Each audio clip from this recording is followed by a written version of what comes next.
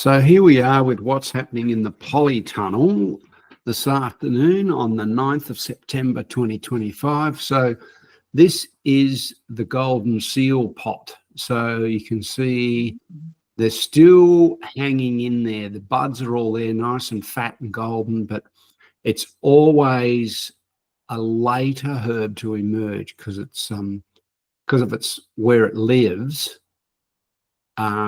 It gets one go at the growth, and it has to time it until where the frosts and that sort of freezing weather has gone away, but also early enough to get advantage of the light before the full forest canopy comes into play.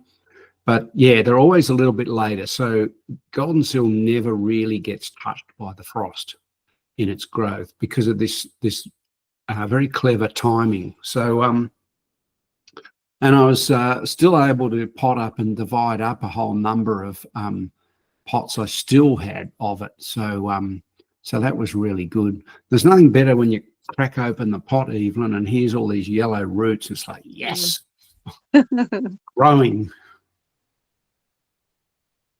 So there we go. Oh, there we go. So this is white sage, Salvia apiana. Now, I've got it in my new mix, which is equal parts cocoa peat, compost. Yeah, equal parts cocoa peat and compost, a quarter sand, cocoa peat, compost. Oh, and equal parts cocoa peat, compost and perlite. That's right. I use coarse perlite, a little bit of sand, and then a little bit of minerals to add to it just to balance it up. And it is a winner. It's got good drainage, but it holds enough water. And because I was using compost before, and while that's great, when it gets dry, it is really hard to re-wet, and just you get it. It's almost impossible. It becomes hydrophobic. So this is good because sage a bit finicky. Sorry, I found sage a little bit finicky. I had some lovely bushes that were growing well, trimmed them lightly, but 2.5 years curled up its toes. So I managed to baby one along in a pot, a fairly big pot, for probably about another 10 months, and then eventually it just decided, no, I'm too soggy, I'm gone.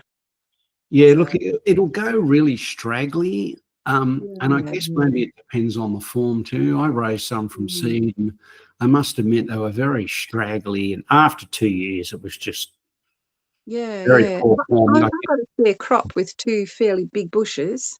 Kind of, trying to think, I reckon they were about 35, 36 centimetres, which is what the old-fashioned yard, tall, and nearly as wide. So they kicked on real well.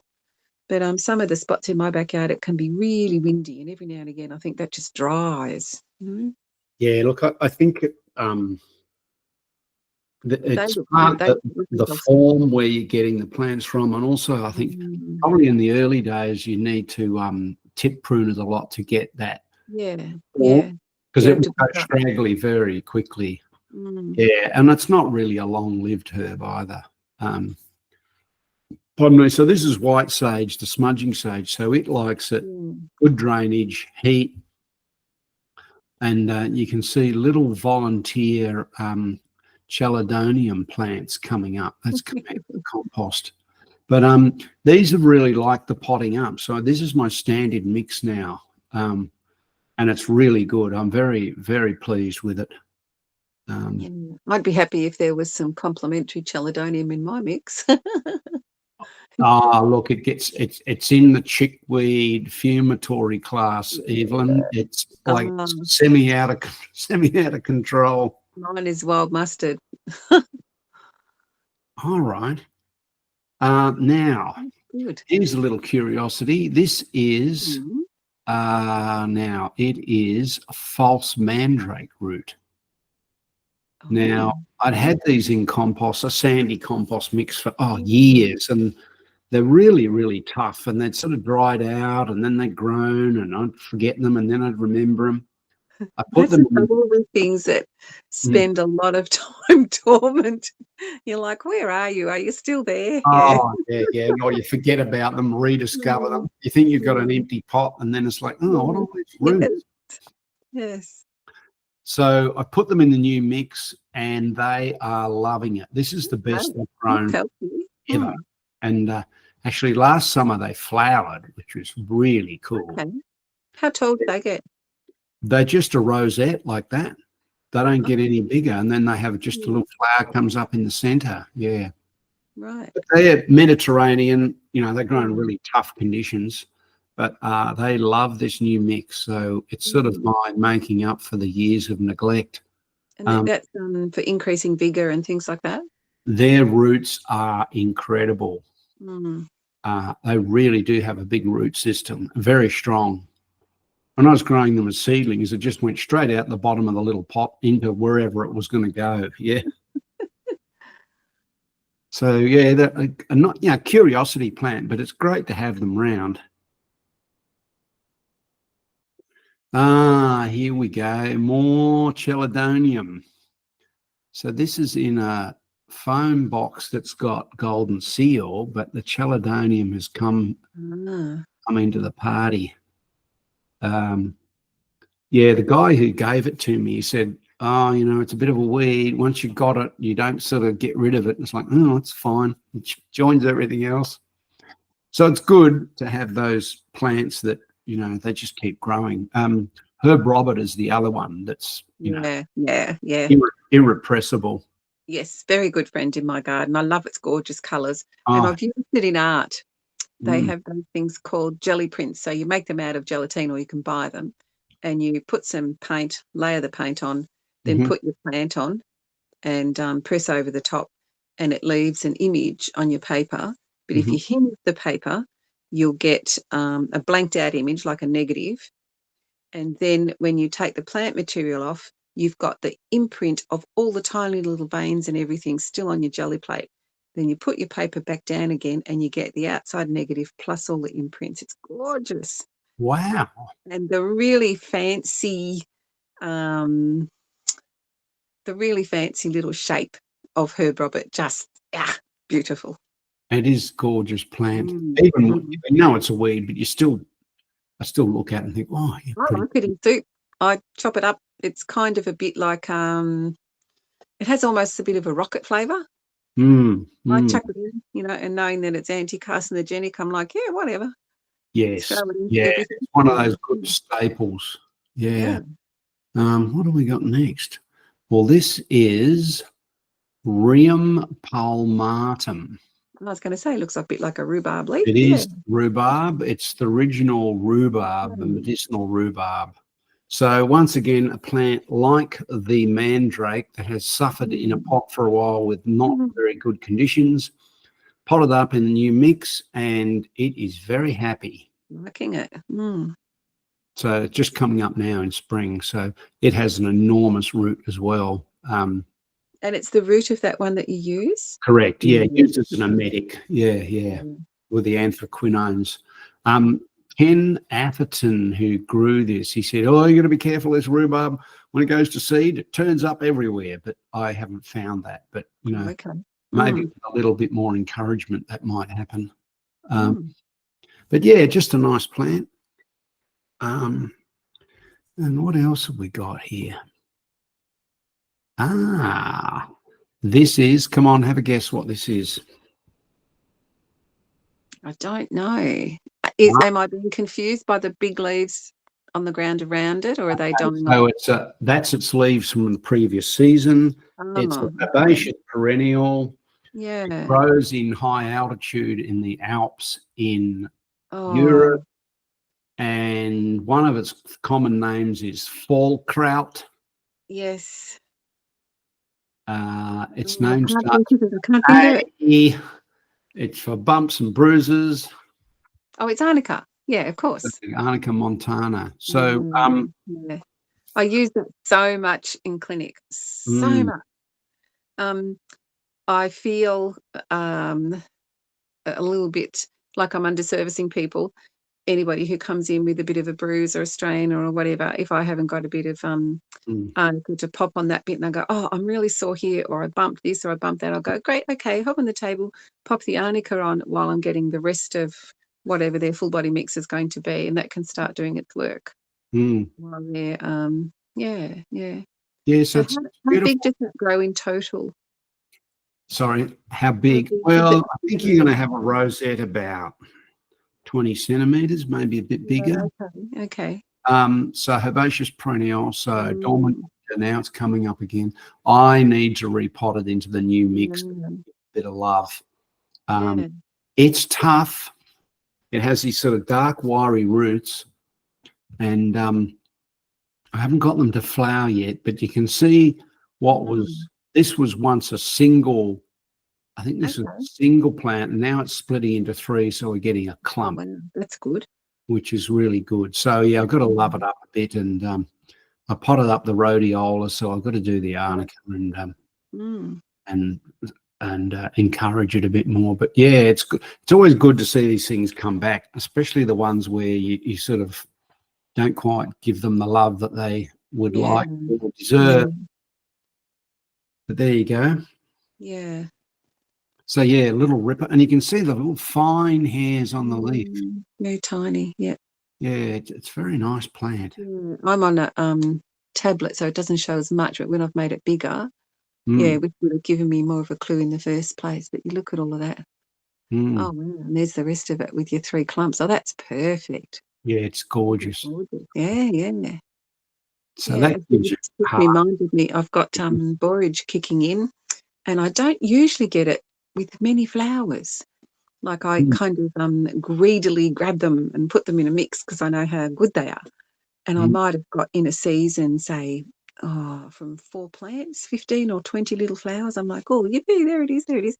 But I've got one plant this year that's in a fairly big pot, and it's growing next to something else. And I can see that the leaves are the biggest I've ever had. And there's a whole little clump of the flower stem about to pop right up out of the middle. And I can see already it's got 10 or 15 little flowers on it. Doesn't waste any time. No, it's doing well. And we have had a couple of, well, I mean, we're in spring, but still it's quite cold at the end of the day. And I think that extra cold, a few things have kind of thought, oh, I better get a move on. Yeah. Our temperature's really lifted here, which is great. I don't have to have the fire in the day, which is a relief. So let's. Where you're moving to, will that be similar? Sorry, say again. Where you're moving to, will that be similar? It will still be cool. It will still be cool. Because I still want to do work with a golden seal and these other plants. So golden seal, what is it? You got to have 12 degrees C for several months. So that's okay. That gives me a bit of attitude. Yeah, well, Melbourne would have been good this year. Here is valerian. Valerians, yeah. Racing. Yeah. Something else in there too. It's a great plant. Yeah. I've got about 6, I think, that have kicked on. And I know this time my big mistake, when I had all those other ones that I put up and divided them and I'd saved all the roots and had them all separate and I'd dried them a little bit. And my husband kept saying to me, do they stink? Do they stink?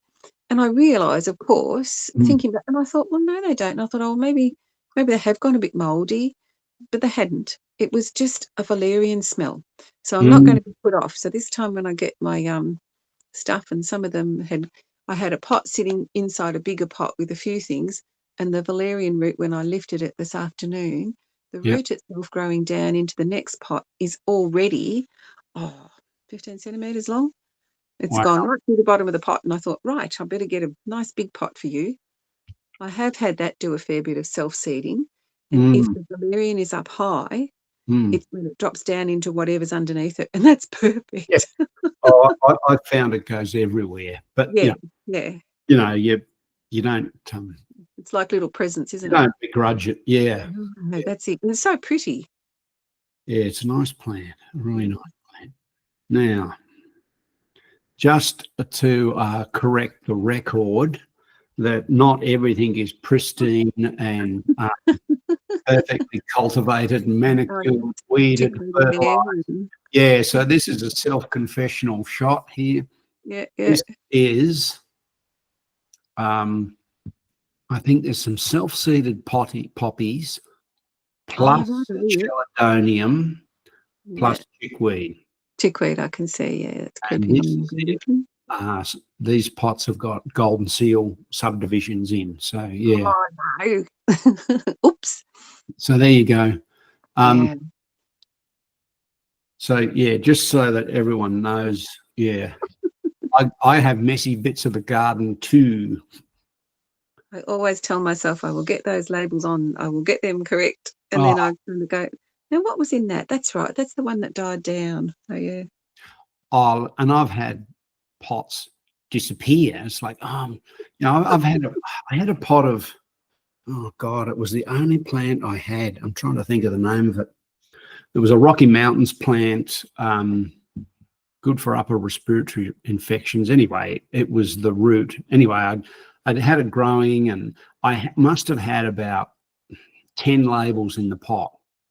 So I knew what it was, because it had a long dormant time. It would come up and grow for a while, and then it would go.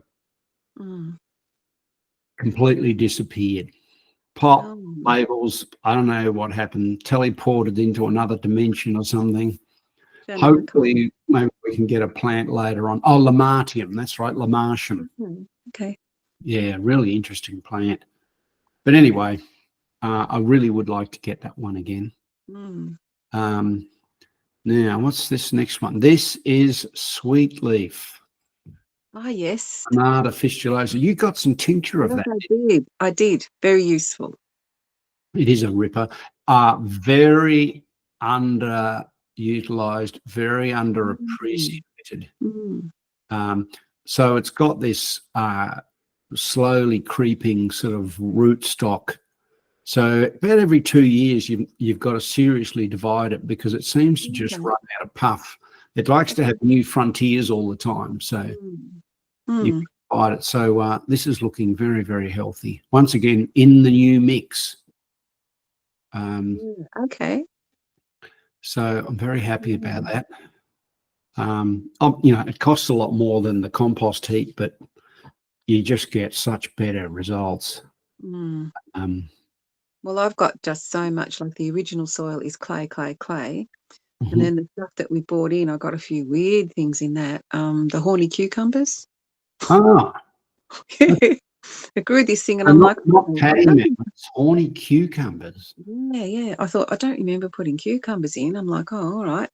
And waited, and I thought, oh, I don't know about that. I knew that cucumbers, I've only grown them once before, and it wasn't very successful. I think I had 2 little teeny weeny apple cucumbers.